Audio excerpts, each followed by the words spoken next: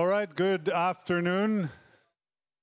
I hope you've all found a spot. I still see some people looking for a space. There's plenty of space here and there. They added some extra chairs later this morning.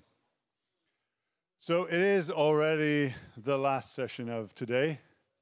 You've managed to survive so far. That's a huge achievement with all the intense sessions that we've had today.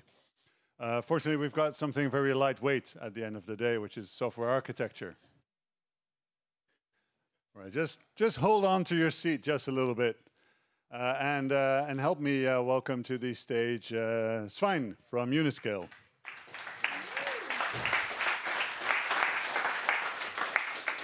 Hello, everyone. Have we enjoyed today? Yeah. Very good. Let me see if I can do something about that.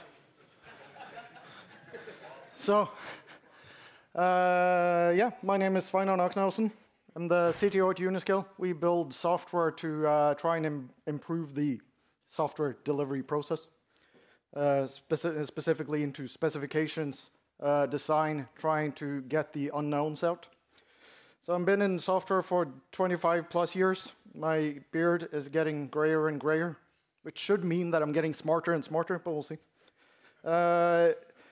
Always want to strive for bringing value, not just producing something that I like myself, but getting a confirmation that what I do is value. And really like diving into complex problems. Anyway, enough about me.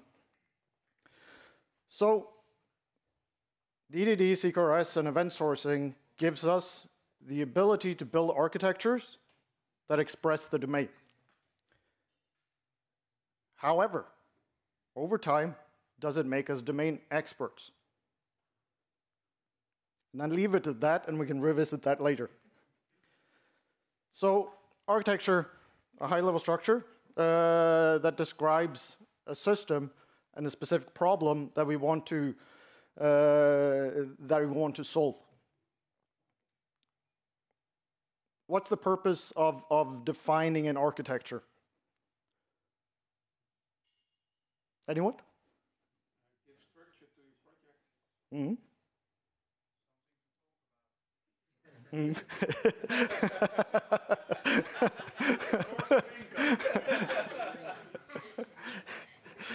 So yeah, but alignment, like you said, something to have the communication going around. Create a maintainable structure. Ensure scalability and performance. Facilitate communication among stakeholders. How many here use the architecture for communicating with stakeholders? Good. That should suggest domain-driven design. Ability to adapt to requirement changes. Maintenance and risk mitigation. It's really important that we are able to exist a bit more longer than today, so we can also deal with the problems of next month. That talk about burning down Axon really tore up some old wounds. We've all seen that before. Implementation consistency, so being able to bring the team together, being able to develop in a way that everyone recognizes. So how do we define it? Well, that depends. What problem are we solving? So what we need to be able to do is we need to figure out what this problem is. Hopefully it doesn't start out like this. So we start with a very gentle communication with our stakeholders and trying to extract what happens. Over time, maybe I've seen the conversations going more like this, but we have some tools that is really helpful. Some of this we have gone through today. Event storming, really, really powerful in being able to go into a problem breakdown mode rather than jumping into trying to find the solution of the problem, and being able to involve stakeholders to explore the problem with them.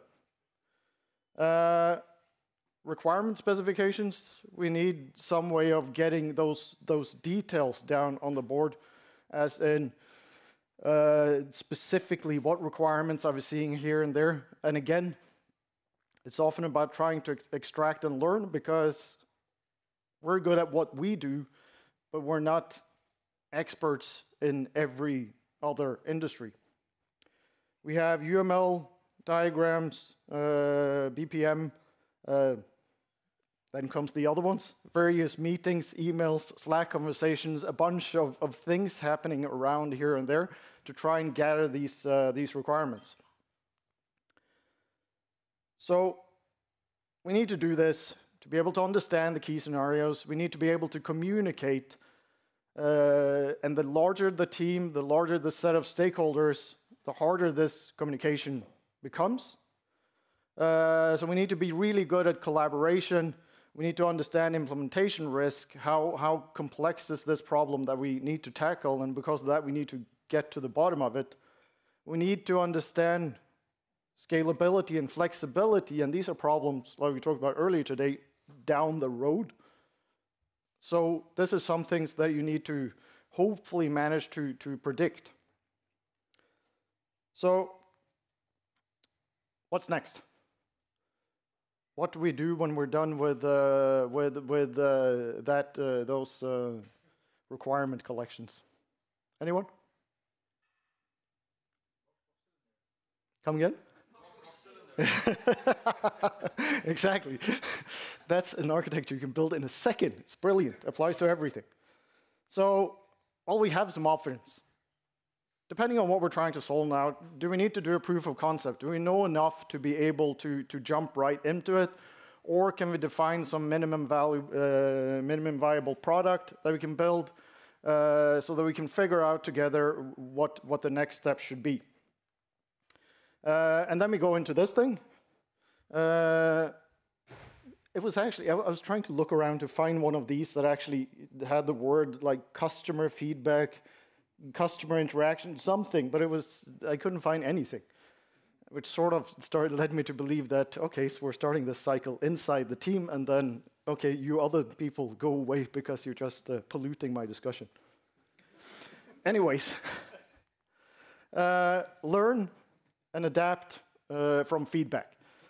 That's what we all talk about. That's what we all want to do.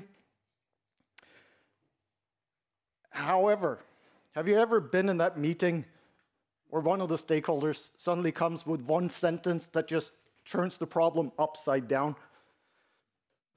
It's sort of like, yeah, fantastic, I'm looking forward to this release. Now we're going to take it home, our kids will play with it, it'll be fantastic, it'll bring the family together.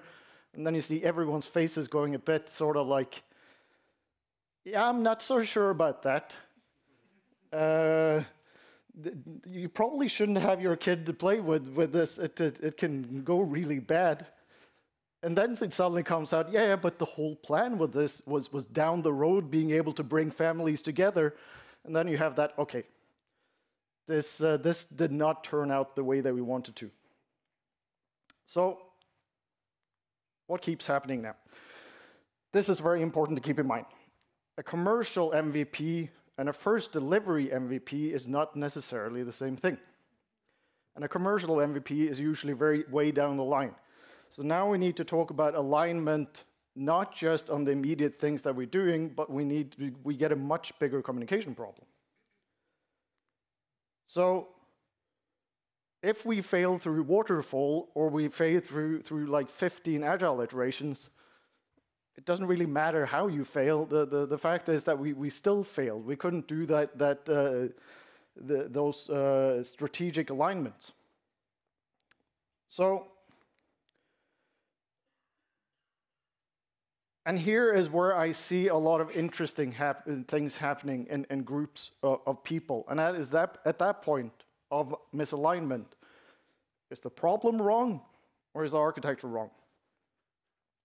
And there's an American coach who came with a really good quote on this, and that's, perception is reality, but it may not be actuality. And you have to be able to keep the difference between that. Because as we go over time, our perception of reality is our reality. But we don't know whether it is actuality, which is what we need to strive for. So, old news, right? We have known this for a long time. Why are we not doing anything about it? So, let's try and think a little bit differently. So if we know that, well, statistics tells us that this is the problem and it hasn't changed, it's still the same thing within software projects, that they keep failing in the same way.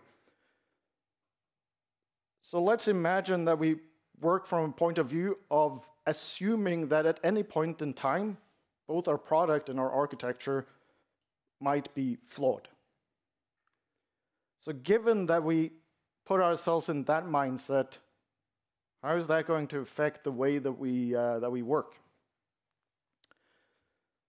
So first of all, we need to figure out what represents actuality. So how can we try and lean and steer against this? So what we know is customers and users, they represent actuality. If we don't solve their problem, then we don't solve anything. And it's a simple cost thing. If I get more from this than I pay you for it in my world, then I'm happy with this. You have solved my part of the actuality.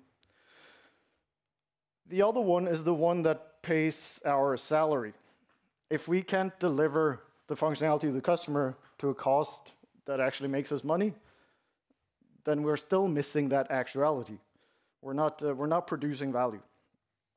And this might be a bit tough sometimes. I remember Greg Young told me something one time which sort of like turned my whole thinking about this upside down. We were discussing some things around some architectures and how to ways of working and things like that. And then he just told me, okay, we have a lot of thoughts around how we like to do things like that. What I want you to do next time you have a pet project, pay someone else to do it, and see how you feel about they wanting to do specific things in there. Because we need to realize that what we're working with is actual things where we need to produce value. And internal stakeholders that govern positive return on investments are one of those that we need to look at. The other internal stakeholder is the one that deals with strategic alignment. We need to understand that far down the road, we need to make sure that we guide towards the right parts. So, given that, what do we need to look for? We need to look for the fact that we are aligned on a problem understanding. I mean, there's half a book about this called Domain-Driven Design that talks about the ubiquitous language. This is really important in being able to communicate over a problem. If we can validate that we have the same understanding of a problem, we need to also validate that we have the same understanding of a solution. Preferably before we build it. If not, real-time legacy, and we don't like that. The other one, user experience. I mean, that's literally what ends up in the hands of the customers and what they have to deal with every day. So unless we can validate that, we cannot validate whether we're providing value for the customer. And the last thing is cost and scope. To be able to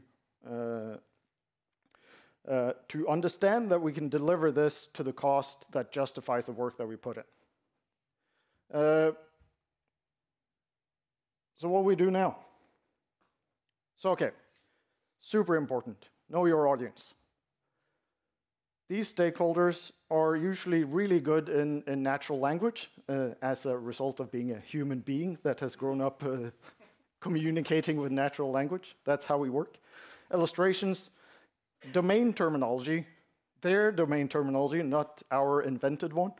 Domain-related process descriptions, user interfaces, user experience, interactions with domain data, not our understanding of data.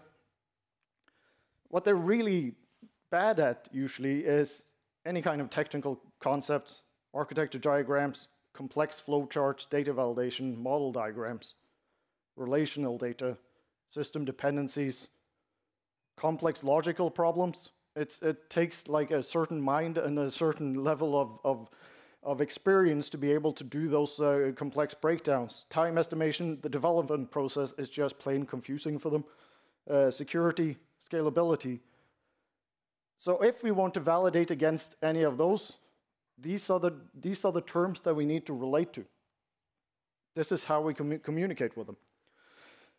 And we need to iterate over problem descriptions, solution proposals, and user experience proposals until we reach a confidence that the customer's problem being solved at a cost that ensures positive return on investment, and, the slide isn't long enough, that we are aligned with the strategic direction of the company. So, okay, where can we validate that? So the customer validation and strategic validation is down to our understanding of the problem, the proposed solution that we're putting up, and user experience proposals.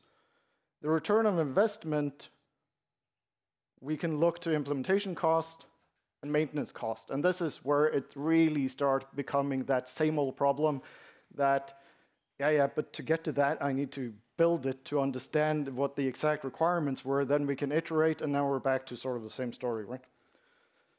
So let's look at it again. What can we do before writing any code? So problem understanding, communication. One thing about the ubiquitous language, I see a lot of teams trying to define a ubiquitous language.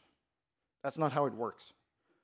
Ubiquitous language is something that comes when you communicate together over a problem over time.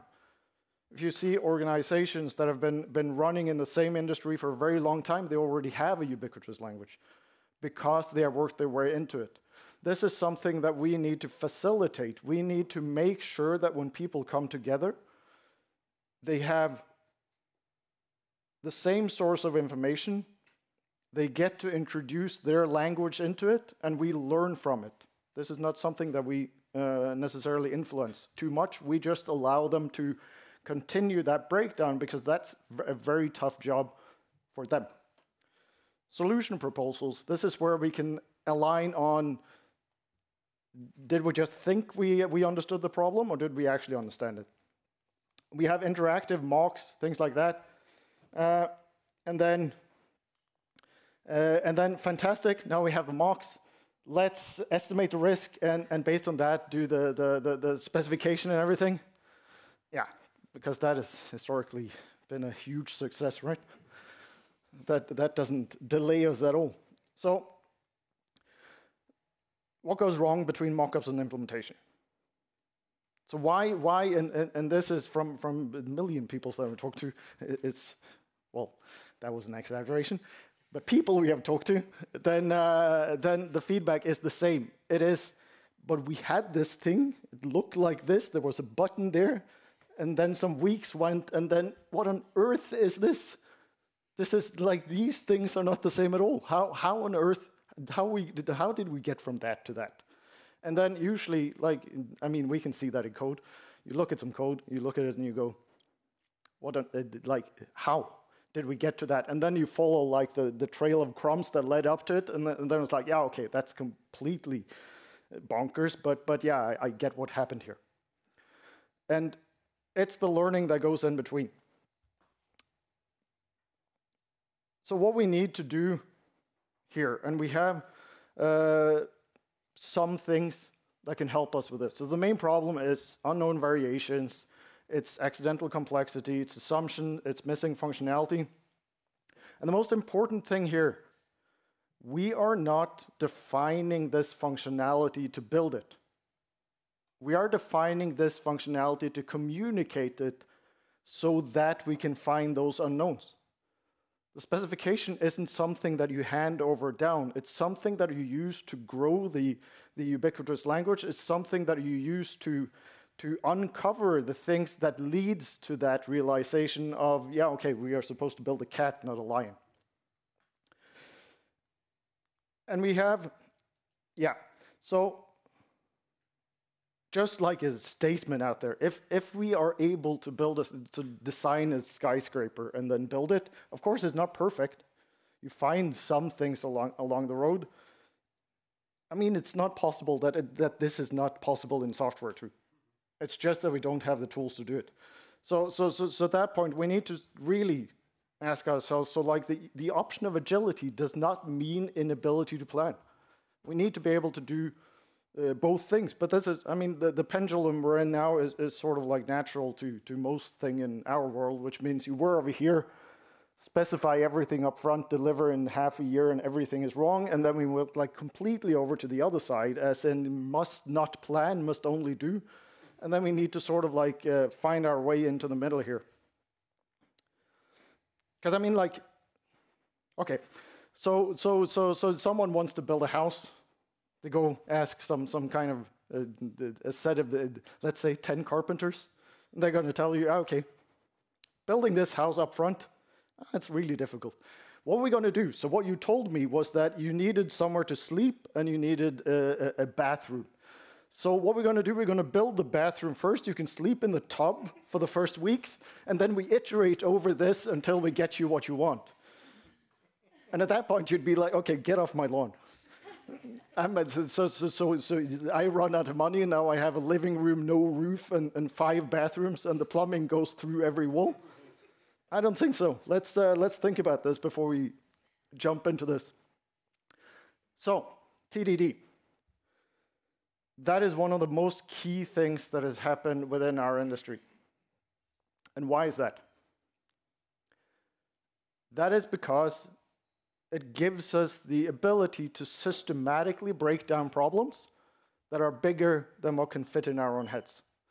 And it does so not by us trying to figure out what the implementation is. It does it by asking us all the questions that we need outside. We need to understand what requirements we have to the code and systematically go through and break that down. And then the coolest thing about TDD is that you have a problem that is super complex. Then you've hammered through this for a few days. You have like 230 tests. Everyone is green. You can't figure out another scenario to throw at it. And then you go and look at the code, and you're like, huh, I actually didn't think it was going to look like that, but fair enough. It does what it's supposed to do, so I'm happy. The same thing we need to apply also to breakdowns of problem understanding, and especially mocks, user interface design, and then the functionality that we need to build underneath to be able to deliver that. So we need to take those mocks that we have today, and then we need to apply a systematic method like TDD to consistently break that down until we know that there's nothing more that can happen within this user face. There are no new views that has come up that that we need to build to deliver this. And at that point, again, you're not doing it primarily for the breakdown. It's to provoke those learnings that makes you understand that we're misaligned. And this needs to happen within the conversation with the customer and with the stakeholders. So we need to achieve a level of detail that allows us to break down a service model. We need to do this because we need higher level of validation. We need to understand, are we aiming for that actuality, or are we satisfying our own reality? We need to understand impact and scope validation. So why do we need to deal with this like service model up front? Can't we just build it and then we'll see what the service model is? Well, no, because we need to understand unknowns. If you break this down, you'll discover like cross-team dependency halfway in the project, things like this. We need to be able to think a little bit longer so we can uncover these things, because these things are really troublesome. We need to understand the impact on already implemented functionality, which means we usually need to understand a larger piece of the block than what we usually do when we dive in and implement. We need to understand data level requirements. So on service boundary, not internal domain model, but the interaction that happens from the user. This is from a company that I know very, very well that has now turned into Uniscale. Failed on exactly this, because scaling across borders actually lies in the details of the data that is passed back and through between services in the front end.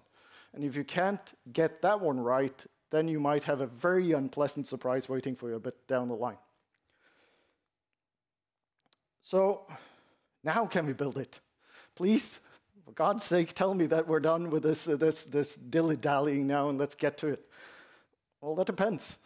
How complex is your domain? What's your level of certainty that once customers get this into their hands, we have what we want? And the objectives for that is we need to understand this point before a point of no return. We need to have a higher number of iterations. And by the way, point of no return, I mean financially. Because at some point, we sort of had thrown so much money at the project that you sort of have to go, should we just continue or what are we going to do? We need a higher number of iterations with fewer people involved. We need to be able to split these tasks up. And also, when you start looking at them, they're very different in types of what requirements that they need. Like, for instance, the carpenter's analogy, when you look at that, we sort of are starting to see that, okay, we have an industry, there's some different tasks. We're seeing the DevOps. We're seeing some UI design and UX design, things like this, but they're also often like messed in with the front end.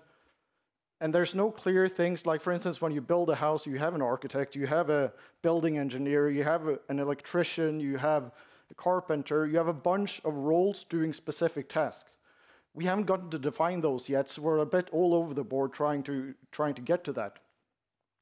So we need to iterate over the specific parts of those, and we need to iterate over the agile parts of our system. The back end, although we really think quite often that we've gotten to that point where you can keep changing it and everything goes fast, and a back-end part of the system needs to deal with persisted data, and if there's any changes to that, you need to migrate it. And this is also, again, can quickly lead into real-time legacies. We need to iterate over the specification parts, mocks, end-user interfaces, with the intention of validating. It's not about writing it, it's about getting a validation out of it. Once you can't get any more validation out of it, then go do, because now you're ready. So we need to be able to quantify value.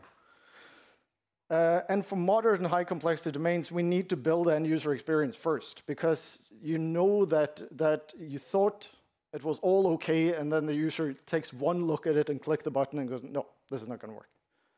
And there's, for the love of God. Now we build this entire thing. I was sure you understood what we were talking about. But again, this is not about the domain people's inability to know what they want. It's because understanding what you want is a very complex process. And they need our help. They need to be put in a place where they are able to express it.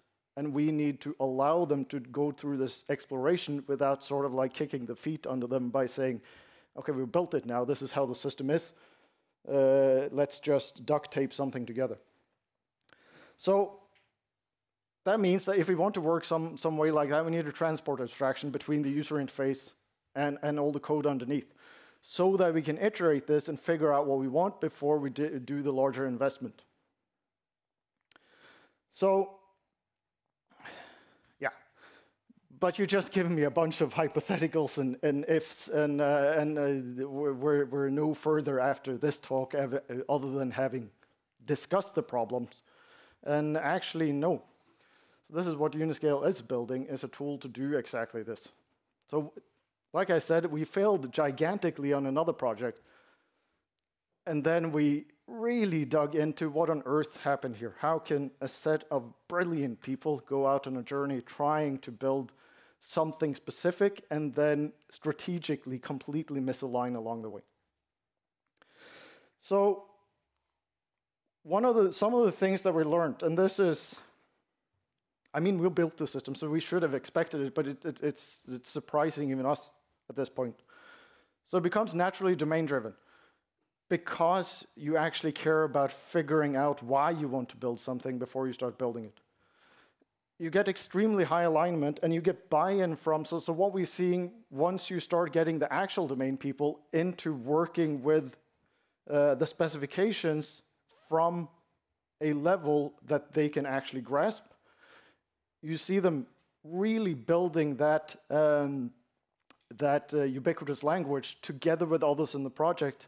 We have some customers, for instance, that invite people in, partners, customers, into the specification just for the fact of getting the clarifications in, making sure that you understand the language. As one of them said a couple of days ago, we actually never really focus so much on the product anymore because we're really aligned. So we are just focusing on commercial tasks and on the things that we're supposed to do.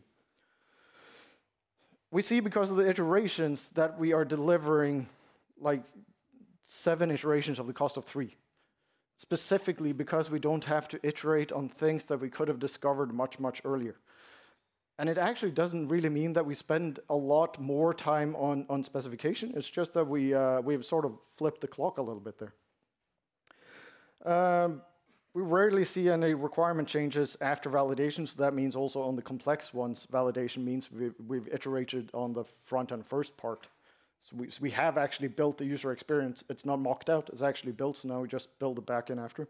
And by the way, telling a backend developer, here's a fully working front-end and a full specification, can you build it? I was like, yeah, I can build it. Finally, you have figured out what you wanted before you come and nag me about it.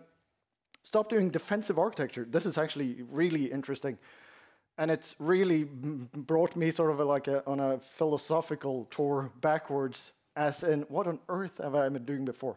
All those trickery things that I've been implementing under the hood to sort of safeguard myself for these weird things coming in was a symptom of actually not putting in the work to figure it out up front. And we had some cool discussions about this on the dinner yesterday about the residual architecture book, which explore some of the parts where you actually want this, where you say that my problem and likely also the benefit that I can get from doing it will actually make me want to do some of this typically defensive architecture to be able to uncover new potentials with what I'm building. But most problems aren't like that. They're quite simple. If we could just have figured out what we needed up front, then we wouldn't have been in this real-time legacy process. And what we end up with also is that accidental complexity is disappearing. The simple solution is usually the best one. And we have ended up not screaming and running out the room every time anyone says, can we get some estimates? And then usually before it was, okay, maybe not. But now it's not a challenge there anymore because we are aligned. And it's because we have taken the domain knowledge that usually were inside specialist system and inside the code and brought it out to somewhere where the others can actually contribute. So if you guys, any of you are interested, we are actually looking at some skill teams to do a proof of value, some things like this. So if anyone's interested, just reach out to me or Andreas sitting there or Liana, and we can see if it is a fit. We are also doing an event a little bit later today. If you scan this QR code, you can join in. It'll be a little bit of talk around Uniscale. It'll be a small presentation and some fun and socializing. Before I do that, I actually wanted to show you guys something because I got a bit excited when we...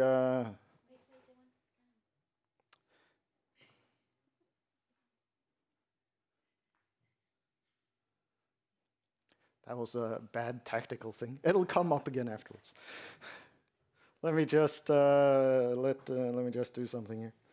So there was an interesting talk here, which I really resonates with me, which is the kill the aggregate thing. And it's not about that I'm very angry with aggregates. I want it to die miserably, but the concepts make sense because it treats the domain more like a set of use cases rather than a stateful data object. So what I did, just to give you a quick hint to what I just talked about, is that I actually went in and I modeled this problem into the Uniscale tool. So don't kill us on the UX UI. There's a new design coming. It'll look a lot nicer. But the whole thing that I put into it is that first of all, I need the high-level specifications that I can bring the domain people in. And we're actually seeing that if you can get actual domain people in just to go in and express and own these, then you see the nice things about the ubiquitous language. Then they come in, they lock it in, they bring others in. You get that without having to, that other picture where you have to sort of like drag it out of them. You get a whole different thing happening in the organization. And then from there on, we go down, we do what we said in a systematic way. So you break out to Figma or whatever tool you use to do your mockups, or like me, a pen and horrible handwriting. That's how I create fantastic UX. And then you go down, pretty much just drill down deep into every functionality that you have within this view, so that you can uncover unknowns and try and align back and try and align on what you're doing. Even you go down here, you can go start defining the functionality that you need from a service. You can go and model that afterwards. You can actually do something which is really nice, which is thanks for not showing up. But there's a service boundary mapping, which allows you to like first break down the problem and then do the understanding of, given this is my entire problem, how do I map the services out? And then you can model out the functionality that you need to implement that functionality.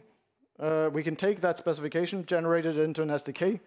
They can then pull into like either TypeScript or Java, so that you have the transport abstraction to say, okay, let me build the entire front end first. All the existing functionality will hit the service. I'll mock out anything that's new.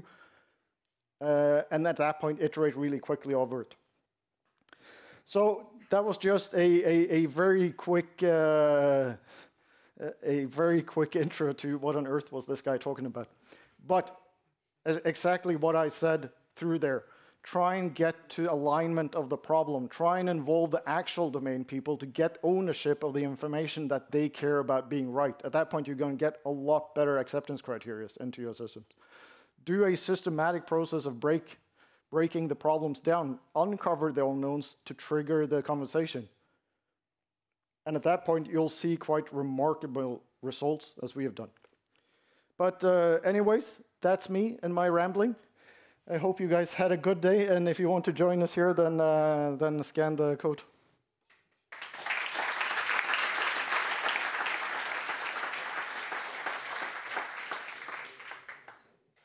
All right. That was very interesting. Does anyone have any questions? If you just... Yeah. How would what you talked about go together with a technique like event modeling, what we heard before? Or how would it be different from that? So the event storming comes really nicely into the functional part. When you look at the event modeling, you're usually talking about the interaction within your service boundaries or between your service boundaries.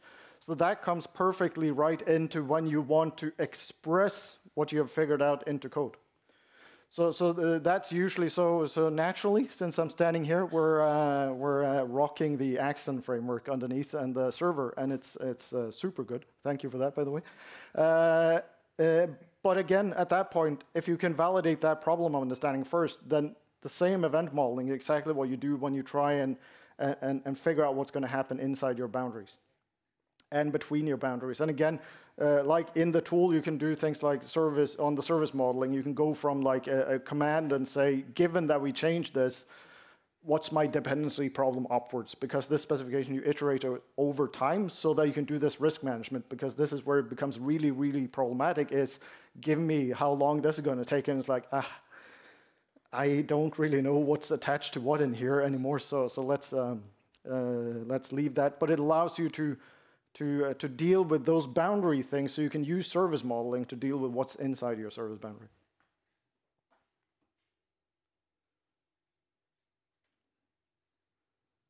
Uh-oh. Sorry, man. Yeah, so I always smile when I see the simplest answer is probably the right one, or like, because there's a danger in simplicity of oversimplification or unaware oversimplification. Yep. So do you have anything in the tool or in the approach you use to using the tool to help you detect that you've gone too far? You've made something simple, but you've gone beyond that boundary into oversimplification, which is a really difficult thing to detect. So exactly, and that's what you need the validation towards, both it's especially the stakeholder that sits with the strategy. That's where it usually goes wrong, because you've done something really simple that suddenly went to the left 2 years down. And it's exactly about aligning those resources, because those are the ones that are going to be able to tell you whether there are going to be larger things happening under here. That also allows you to get a lot more information to be able to do better, like boundary management. So the biggest problem that I usually see in code bases is the abstractions. If the abstractions are there and not matching the domain, it means that, because I mean, code is not inherently changeable. It can be changed if it changes for the reasons that you expected when you built it. But if you start putting other requirements on it, then it starts resisting you like mad. So exactly, if you can get those alignments in, then you can do quite simple decisions here and there. And I mean, it's not about always choose the simple solution, but get enough information that you can do a risk assessment of, is it actually worth just doing the simple thing here and moving on? So you can actually fit it into the business requirements.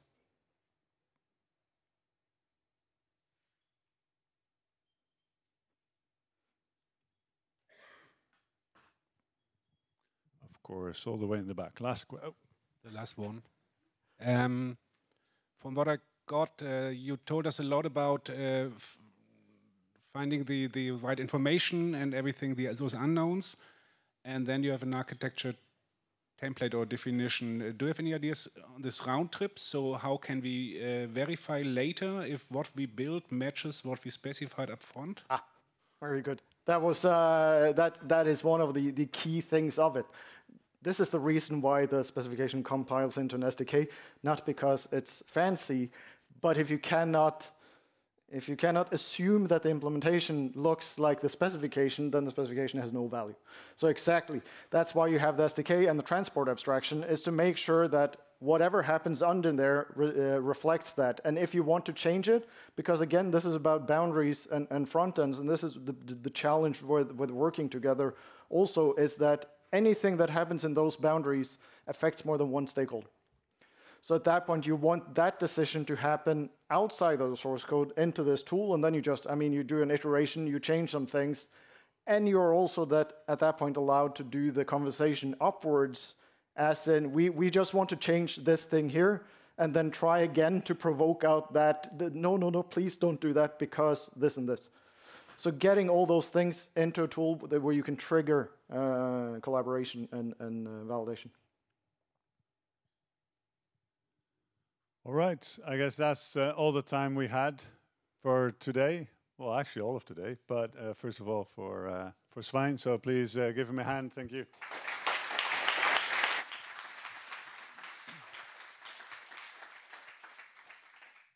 And I guess there's only one task for me, and that is to break the bad news. It is the end of today, or at least the session of today. At least I hope it's bad news. I hope you had a good time today. But there's good news as well, and we will be back tomorrow. shortly after breakfast, if you plan your breakfast accurately. We will start again with the next session at 9. Doors open at 8. Please bring your tag tomorrow. You might, or tag, what is it called? The badge, sorry. Bring your badge tomorrow. You might not want to wear it in the city. It looks funny and geeky and nerdy. But if that's what you're proud of, then why not? You might see fellow event sorcerers, whatever we're called, in the city. So if you're not attending the Uniscale event, go out and have fun, not too much, and make sure you're fresh tomorrow in the morning. And see you tomorrow.